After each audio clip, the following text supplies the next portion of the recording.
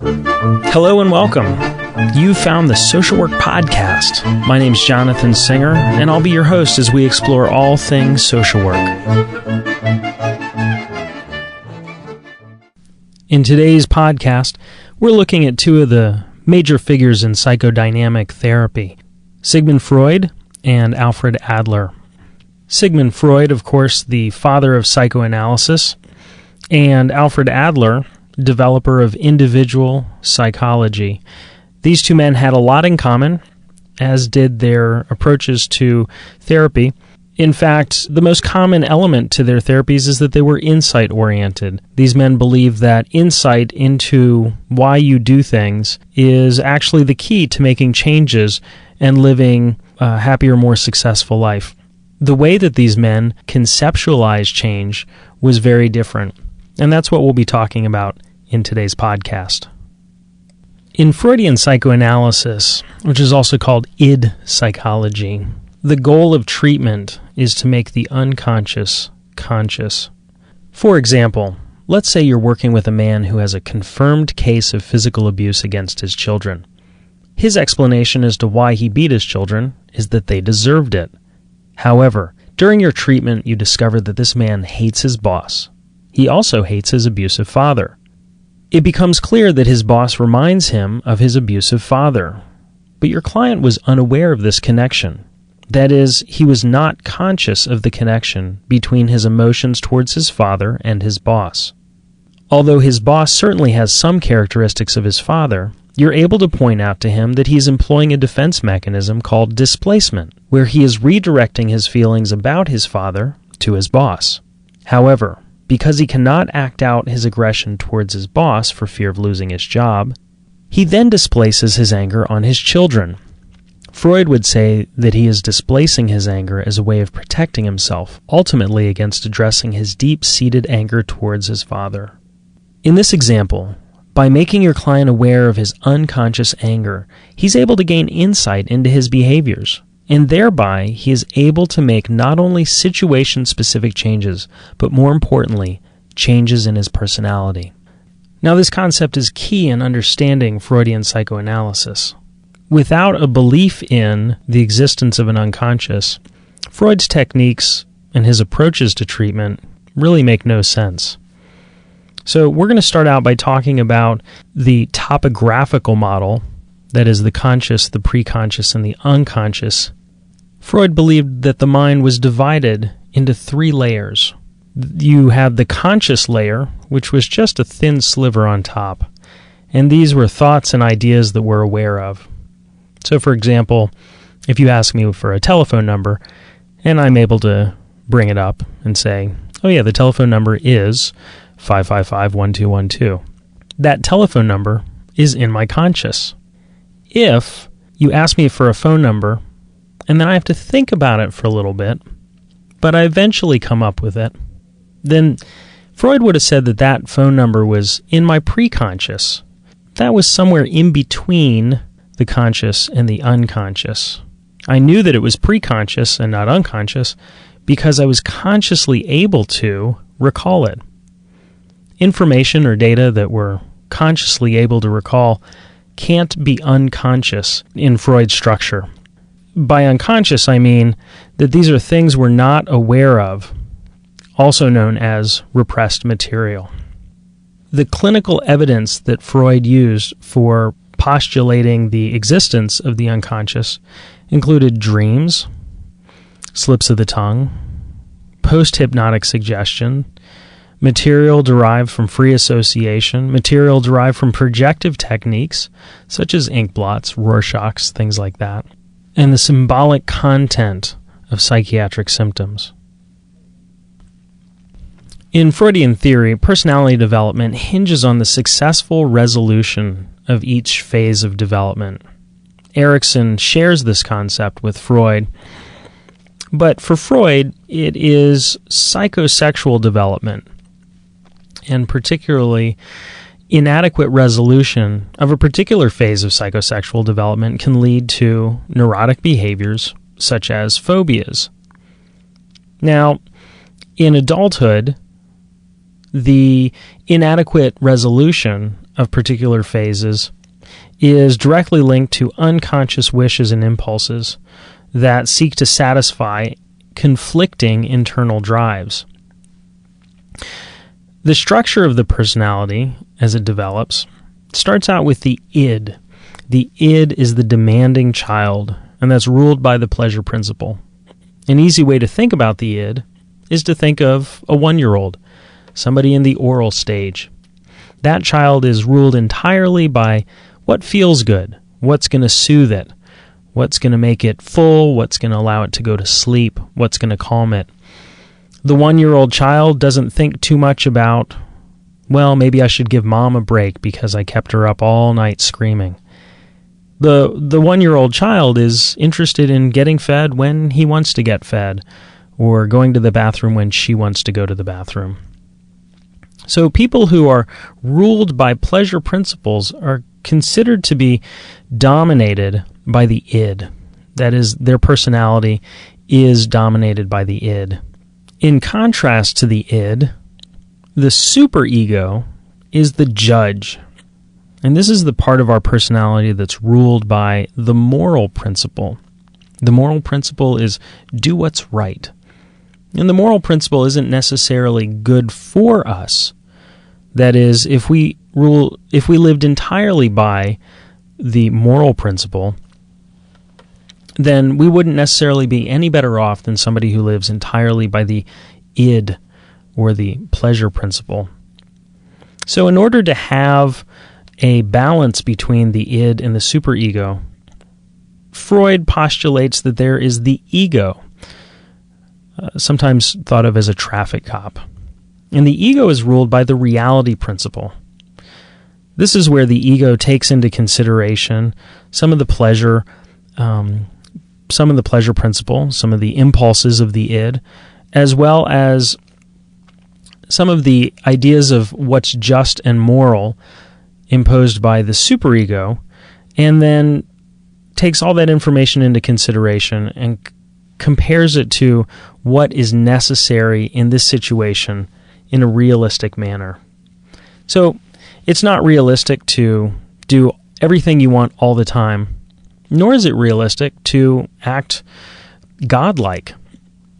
We have to be real, and that's how we connect with other people.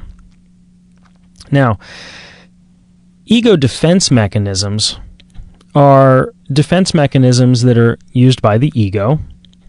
They're normal behaviors which operate on an unconscious level, which tend to deny or distort reality. These defense mechanisms help individuals cope with anxiety, and they prevent the ego from being overwhelmed. So, for example, denial is a classic defense mechanism.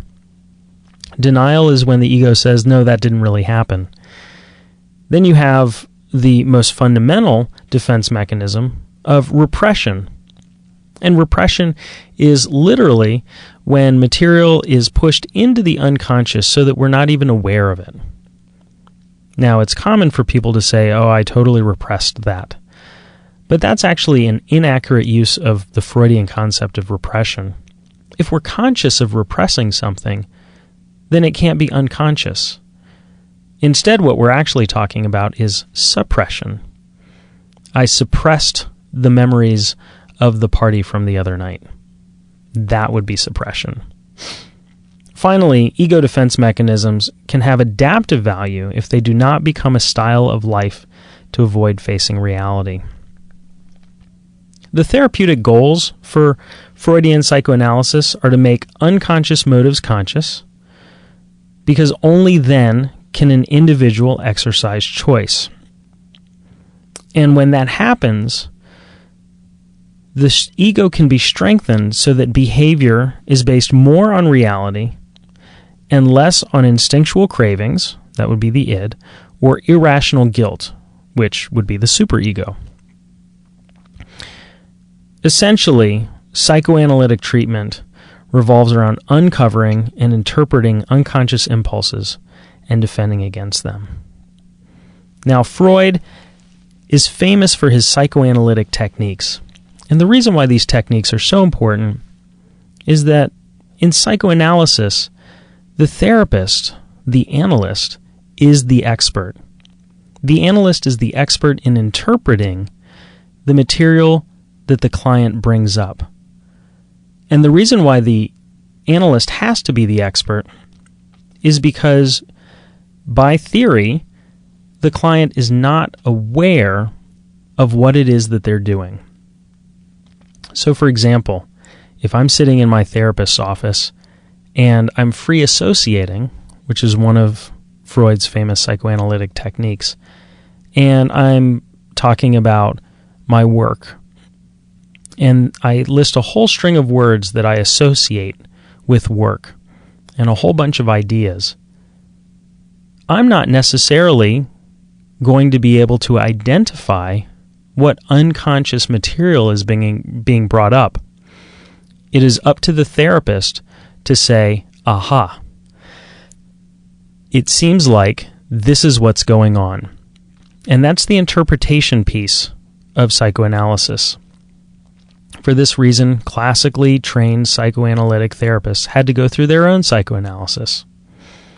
So some of these psychoanalytic techniques include free association, which I was just talking about, and this is when the client reports immediately without censoring any feelings or thoughts. Another technique is interpretation, and in interpretation, the therapist points out, explains, and teaches the meanings of whatever is revealed. Now, Freud believes that we can only get in touch with the unconscious by interpreting what it seems to be indicating in our dreams, waking fantasies, slips of the tongue, and so on. Freud believed that you could communicate on two levels at the same time, the conscious and the unconscious. For example, if you're having a professional conversation, that would be a conscious act, and engaging in intimate body language, that could be unconscious flirting, then you're accessing both your conscious and your unconscious simultaneously. And only a trained psychoanalyst could point out what the unconscious material is. That's why the traditional therapeutic relationship had to be expert-driven rather than collaborative. A third psychoanalytic technique is dream analysis.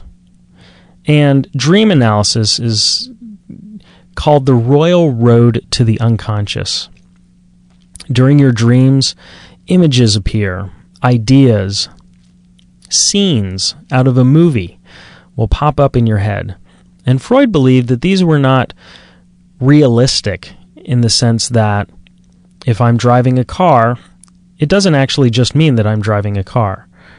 There's important information in these images that are symbolic of something that's going on in my unconscious.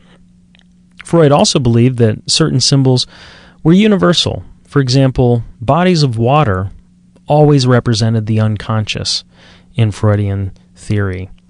So if I was floating on a lake, I would be floating on my unconscious. And that lake could be calm or it could be choppy. And these would mean things in Freudian psychoanalysis. Now, transference is when the client reacts to the therapist as she does to an earlier significant other. Transference allows the client to experience feelings that would otherwise be inaccessible. In the analysis of transference, the therapist is able to achieve insight into the influence of the client's past. Countertransference is the reaction of the therapist towards the client that may interfere with objectivity. And remember, in Freudian psychoanalysis, the analyst is considered to be a blank slate and objective. So these ideas of transference and countertransference are really key and very important. And I believe that these are two of the concepts that are actually most useful to draw on from traditional Freudian psychoanalysis. For example, if you're working with a client and they start to talk to you as if you are their father, or you are their grandson, or possibly you are their girlfriend, they're somebody other than who you are, then Freud would say that they are transferring unconscious material onto you. Now, one easy explanation for why this happens is because most of the time therapists do not spend a lot of time talking about themselves and their lives in the therapy room. And so clients have to do something. They have to create some image of the therapist. And when this happens, oftentimes they project information from their own lives. Now, this can be really useful if you're working with, say, a woman who's been in an abusive relationship, and she starts to interact with you as if you are an abuser. Now, assuming that you are an ethical clinician and you are in fact not abusive, you can use this material to work in the moment with the client about these feelings and really work on these issues in a here and now way. Although this isn't traditionally psychoanalytic, it is a modern adaptation of the concept of transference. If, however, you're working in a session with a client and you find yourself looking at her as if she's your daughter, or perhaps your mother, or even possibly if she were your lover, then that could suggest countertransference, reactions that you're having towards your client. And unless you're aware of these and are dealing with these actively, they can certainly interfere with your ability to provide a professional service to your client. The last psychoanalytic technique that I'll talk about is resistance. And this is anything that works against the progress of therapy and prevents the production of unconscious material. These days, in social work, we don't necessarily think of clients as being resistant. Resistant clients were traditionally conceptualized as clients who are actively trying to sabotage treatment.